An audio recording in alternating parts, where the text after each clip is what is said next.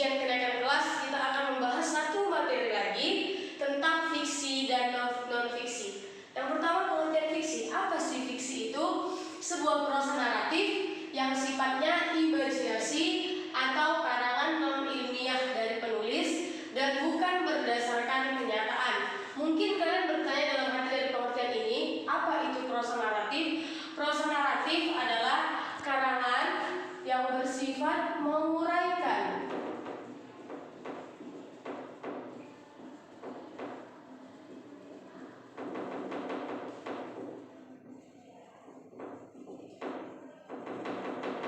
Karangan yang bersifat menguraikan. Jadi harus kalian ingat, fiksi itu adalah suatu karangan imajinasi dari si penulis. Oke, kita lanjutkan. Yang B, ada ciri-ciri fiksi. Yang pertama, fiksi sifatnya rekaan atau imajinasi dari pengarang. Tadi sudah kita bahas di pengertian bahwasanya fiksi itu rekaan atau imajinasi dari pengarang ataupun si penulis. Yang kedua, umumnya fiksi menggunakan bahasa konotatif. Kalau ditanya apa itu konotatif, mungkin kalian sudah tahu, tapi sekedar mengingatkan kembali, konotatif itu adalah bukan makna sebenarnya.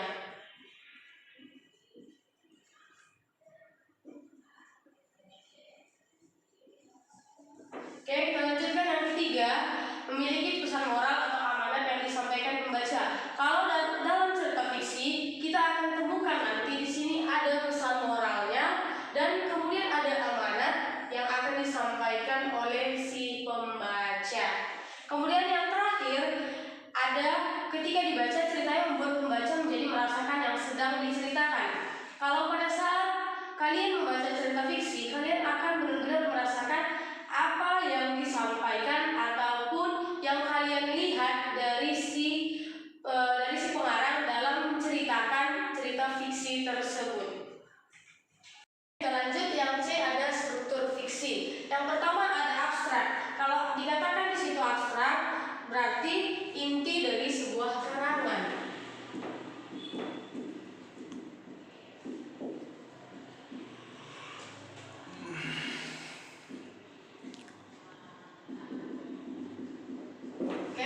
Abstrak ini dalam fiksi boleh ada dan boleh juga tidak ada.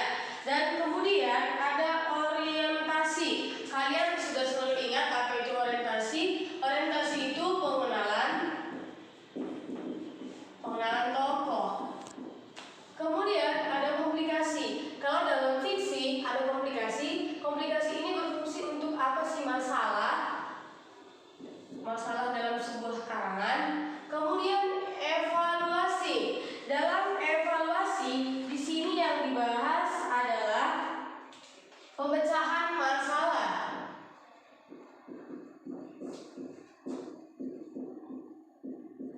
Kemudian yang kelima ada resolusi. Ini adalah bagian inti dari pemecahan masalah.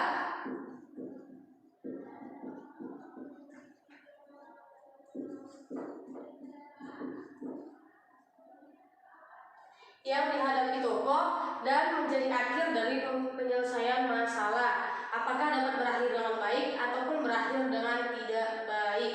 Dan yang terakhir ada koda. Koda ini adalah amanat.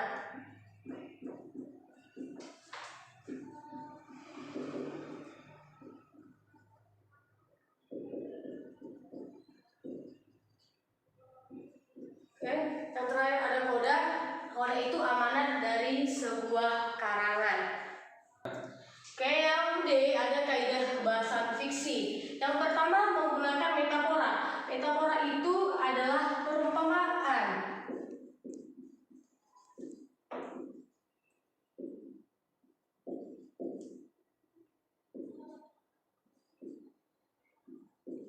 Sudah, perumpamaan. Mungkin Miss di sini akan lebih menjelaskan bagaimana sih perumpamaan itu. Miss akan ambil satu contoh perumpamaan. Contohnya itu seperti ini.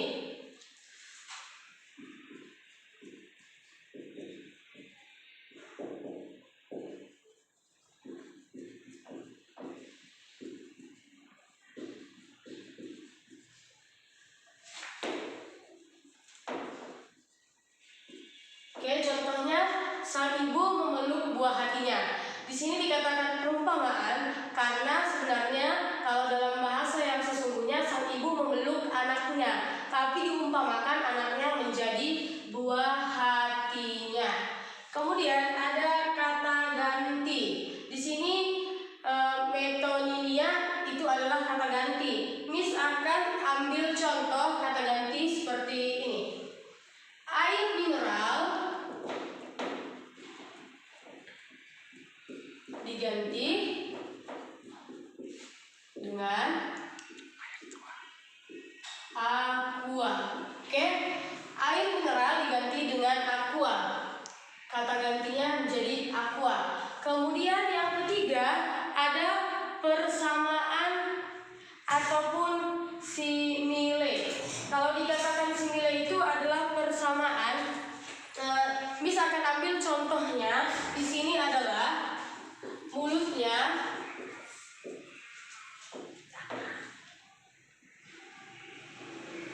bagaikan ular yang sangat berbisa dan berbahaya. Oke, mengapa di sini dikatakan persamaan? Kita bisa ambil di sini ada kata ular. Manusia diibaratkan seperti ular karena mulutnya itu sangat berbisa dan berbahaya, karena kalian tahu ular itu bisa sangat mematikan. Oke, kita lanjut yang terakhir, ada jenis-jenis fiksi supaya kalian tahu sebenarnya yang kalian baca itu fiksi atau non fiksi ya. Kemudian yang pertama ada novel, roman, dan cerpen. Kita kembali yang pertama dulu. Novel itu adalah suatu karangan fiksi yang menceritakan seorang tokoh utama dengan pro dan kontra dalam cerita. Atau Miss tuliskan di sini biar kalian ingat apa itu sebenarnya novel.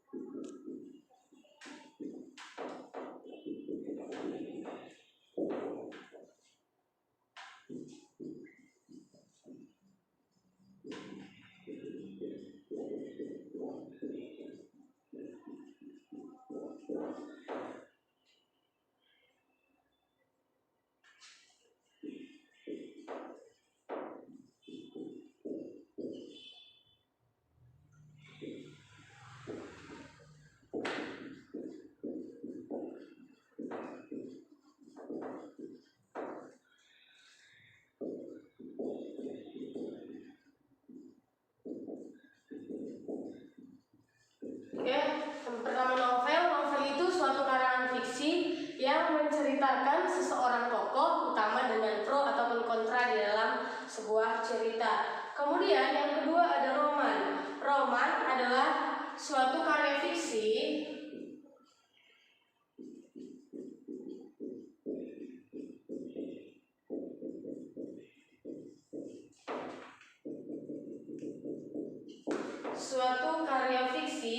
yang menceritakan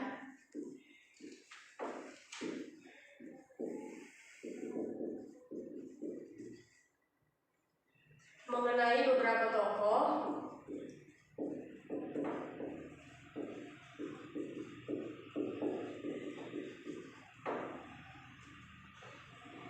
dalam alur ceritanya.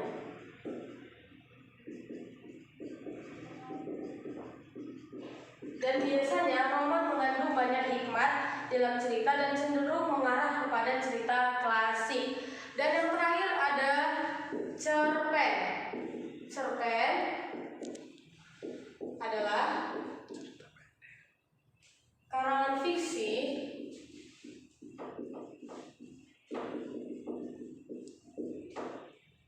yang isinya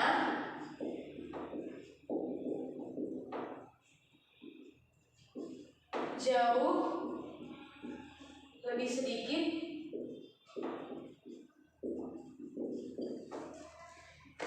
ketimbang roman. Roman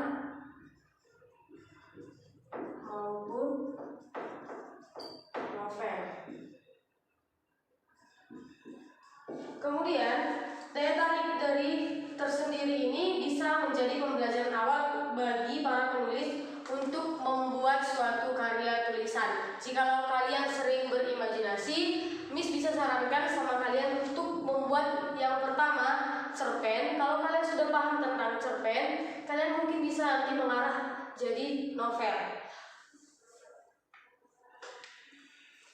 Oke, kita lanjutkan supaya lebih memahami kalian. Kita ambil beberapa contoh. Yang pertama kita ambil ada contoh novel. Yang pertama itu Miss ambil satu contoh novel yang udah difilmkan. Mungkin kalian suka baper kalau menonton film. Yang pertama Dilan 1990. Oke, kemudian Miss ambil satu contoh roman. Satu contoh roman yang bisa Miss ambil adalah Mencari Pencuri Anak Perawan.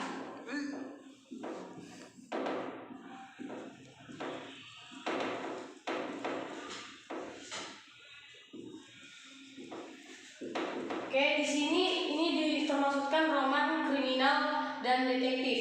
Yang terakhir ada cerpen. Miss ambil satu contoh cerpen. Yang pertama itu Cinta Tak Kunjung Tiba.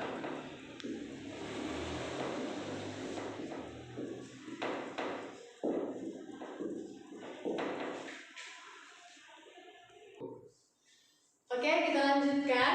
Yang terakhir tentang pembahasan kita adalah non-fiksi.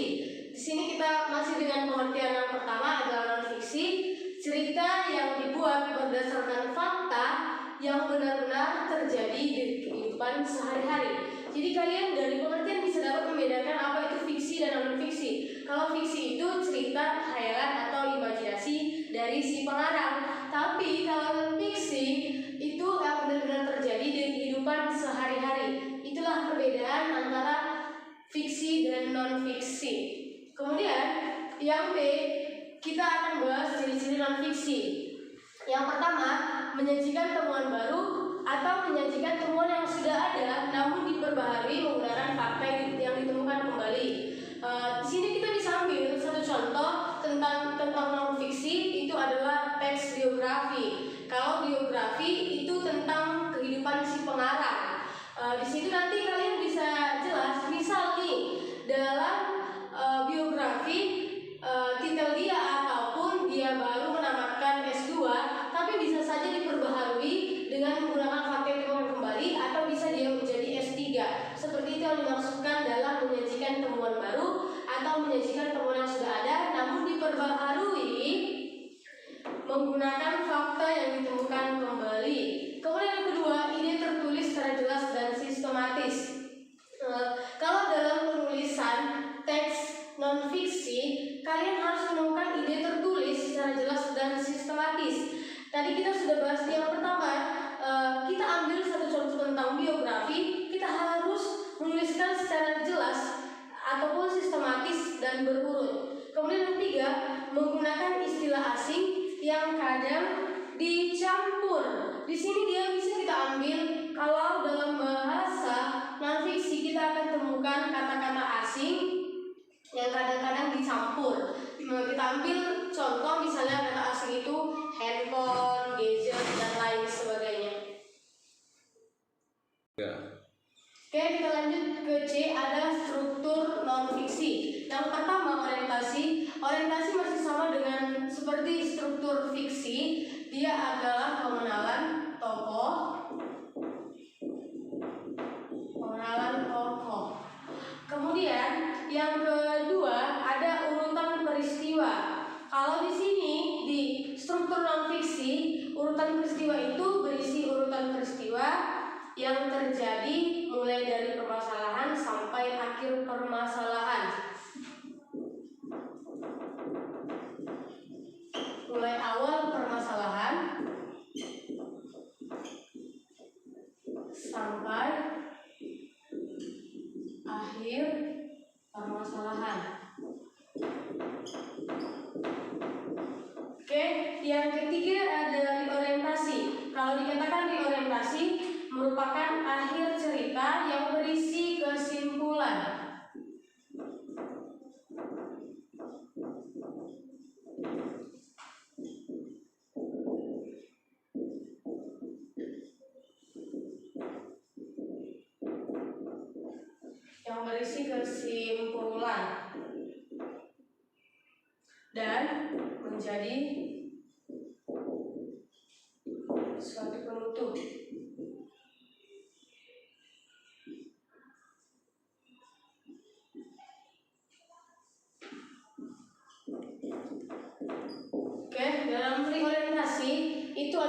dari cerita yang berisi kesimpulan dan bisa menjadi suatu penutup.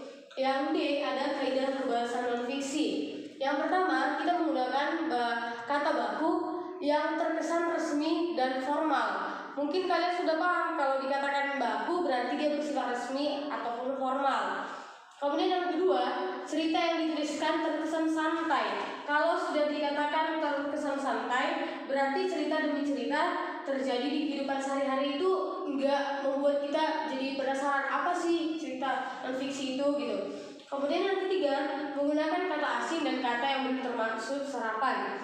Kalau dikatakan kata asing berarti ada kata-kata yang dia belum diserap ke bahasa Indonesia. Nanti kalau lebih jelasnya di nomor 3 kalian bisa buka dalam kamus apa itu kata-kata serapan. Oke, kita lanjutkan kembali.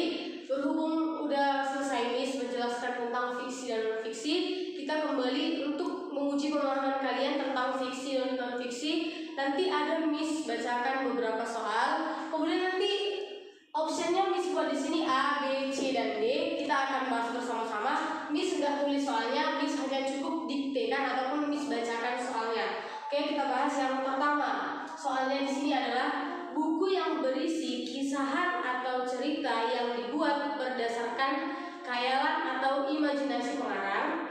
Pernyataan tersebut merupakan pengertian dari yang A, ada buku, kemudian yang B, ada buku fiksi,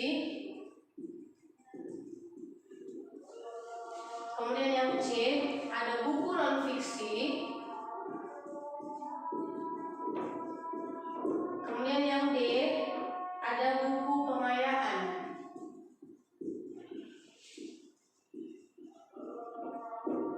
Oke, Miss baca sekali lagi soalnya. Buku yang berisi kisahan atau cerita yang dibuat berdasarkan khayalan atau imajinasi pengarang. Pernyataan tersebut merupakan pengertian dari, kita lihat A, B, C, dan D.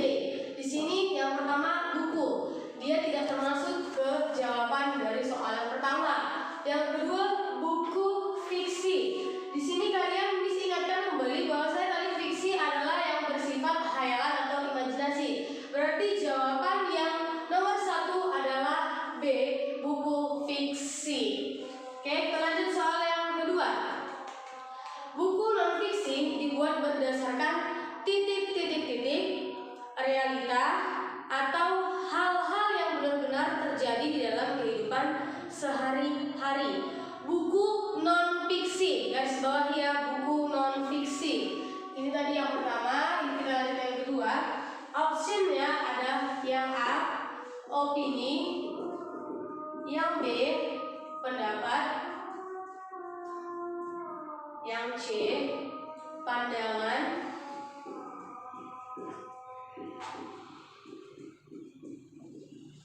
yang D, fakta.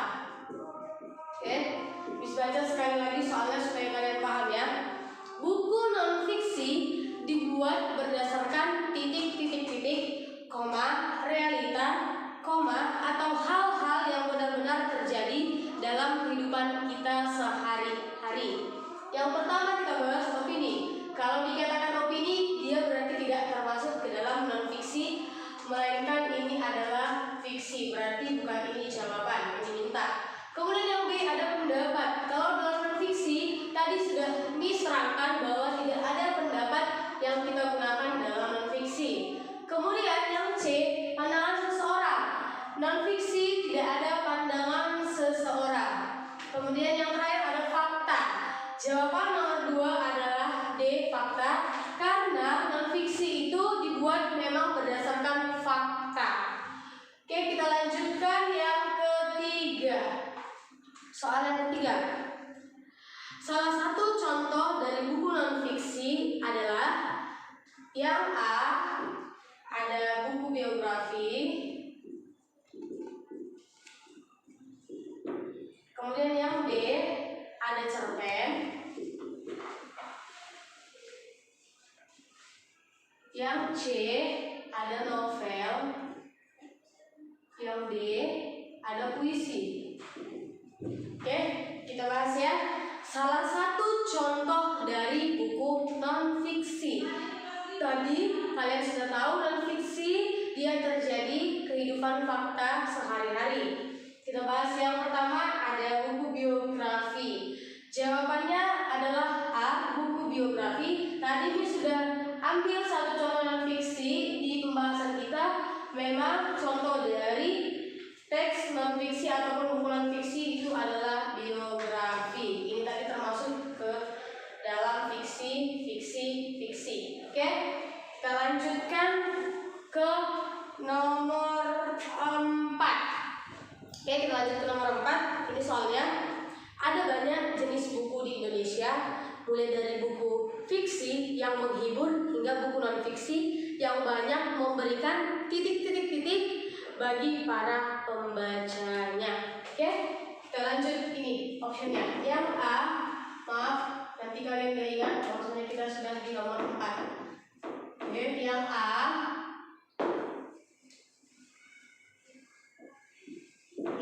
ada optionnya pengetahuan.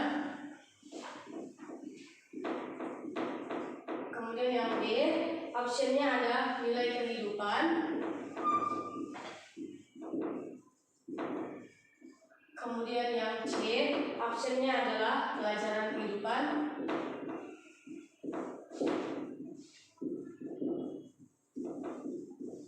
Kemudian yang D, ada motivasi. Oke, kita baca lagi soalnya. Ada banyak jenis buku di Indonesia, mulai dari buku fiksi yang menghibur hingga buku non fiksi yang banyak memberikan titik-titik bagi pembacanya. Kalau kalian membaca buku fiksi itu bisa dapat menghibur, tapi kalau kalian membaca buku non fiksi itu banyak memberikan. Di sini jawabannya A. Kalau kalian membaca buku non fiksi, kalian akan dapat pengetahuan dalam membaca buku non fiksi. Kemudian kita lanjut ke nomor 5. Soalnya seperti ini.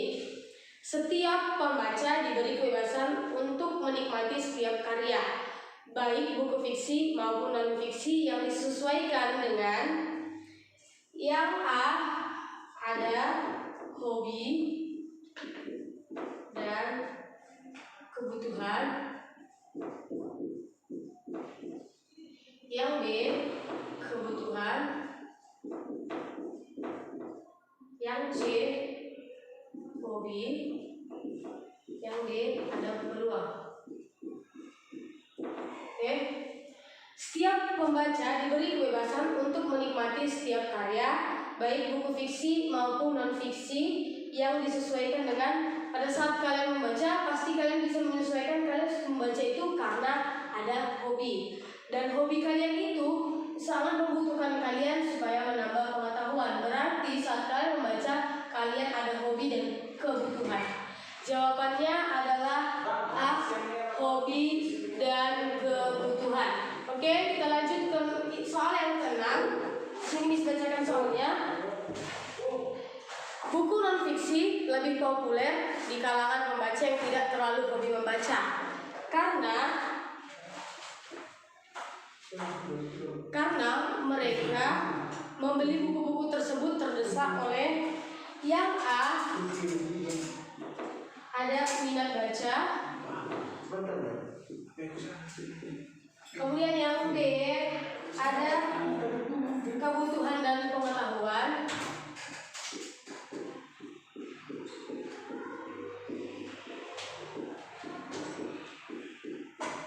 Kemudian yang C, ada keinginan.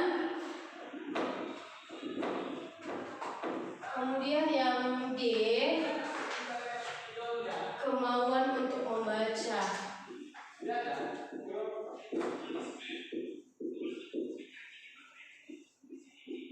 Oke, kita bahas soalnya kembali. Buku non fiksi lebih populer di kalangan pembaca yang tidak terlalu hobi membaca. Miss ulangin, buku non fiksi lebih populer di kalangan pembaca yang tidak terlalu hobi membaca karena mereka membeli buku-buku tersebut terdesak oleh A, minat baca. Ini tidak termasuk ke dalam jawaban nomor 6. Kemudian yang B, ada kebutuhan dan pengetahuan. Oke, jawaban nomor 6 adalah kebutuhan dan pengetahuan, karena dia butuh dan ingin dapat pengetahuan. Karena tadi sudah kita bahas, buku non-fiksi adalah bisa dia berupa biografi dari si pengarang. Oke, kita lanjut ke soal yang nomor 7. Miss akan bacakan ada kutipan tentang biografi. Kalian tentukan itu termasuk ke dalam apa, termasuk ke bagian dari apa. Kemudian ini soalnya, Raden Ajeng Kartini atau lebih dikenal dengan Ibu Kartini merupakan keturunan keluarga terpandang di Jawa. Dia lahir 21 April 1879, di mana adat istiadat masih kukuh dipegang oleh masyarakat, termasuk keluarganya. Satu hal yang diwariskan dari keluarganya adalah pendidikan. Kutipan biografi R.A. Kartini tersebut termasuk bagian dari yang A, ada orientasi, yang B, ada permasalahan, yang C, ada puncak, konflik, yang D, ada peristiwa dan masalah.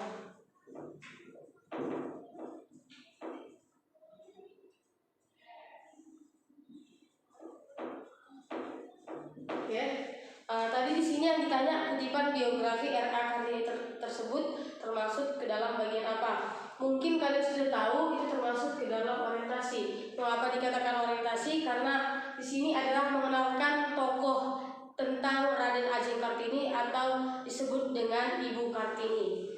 Oke, kita lanjut untuk soal yang nomor 11. Miss juga nanti nggak cantumkan optionnya karena terlalu banyak.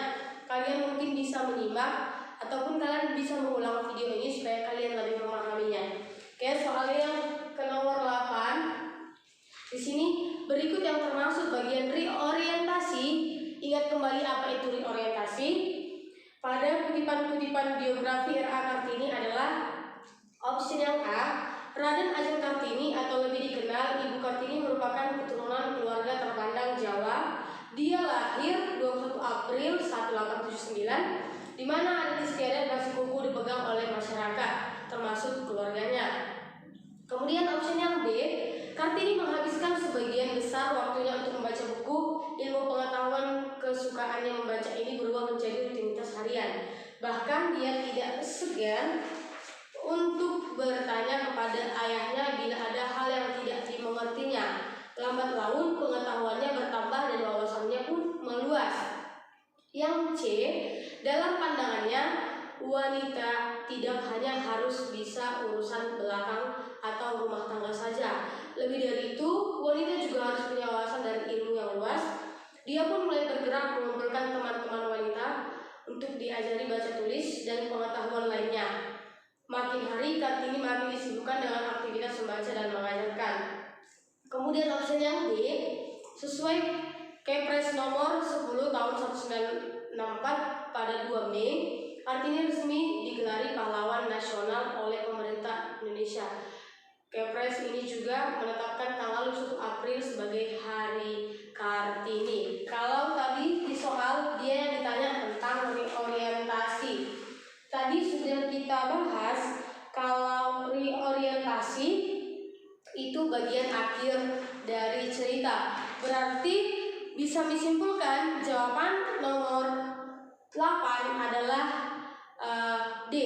Sesuai Kepres nomor 10 tahun 1964 pada 2 Mei, Kartini resmi digelari pahlawan nasional oleh pemerintah Indonesia. Kepres ini juga menetapkan tanggal 1 April sebagai Hari Kartini. Oke, di sini kita lanjut ke nomor 9. Sini tadi nomor 8 jawabannya D. Kemudian nomor 9. Setiap buku baik fiksi maupun non-fiksi yang sudah dibaca dapat kamu analisis berdasarkan A. struktur dan kebahasaan.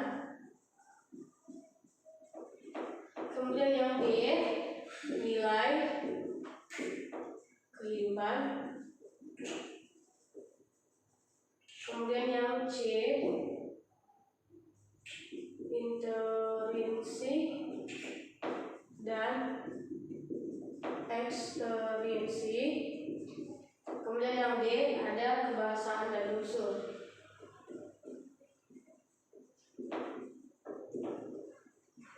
Sekali lagi ini ulang soalnya. Setiap buku baik fiksi maupun non fiksi yang sudah dibaca dapat kamu analisis berdasarkan jawaban nomor 9 adalah A, struktur dan kebahasaan. Kalau dalam menganalisis sebuah buku fiksi maupun non fiksi, kalian harus perhatikan struktur dan kebahasaannya.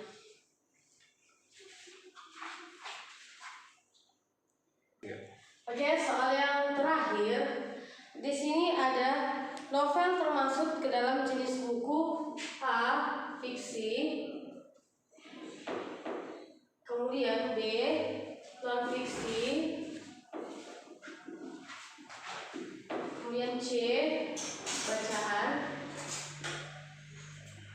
Kemudian yang D, teks pelajaran.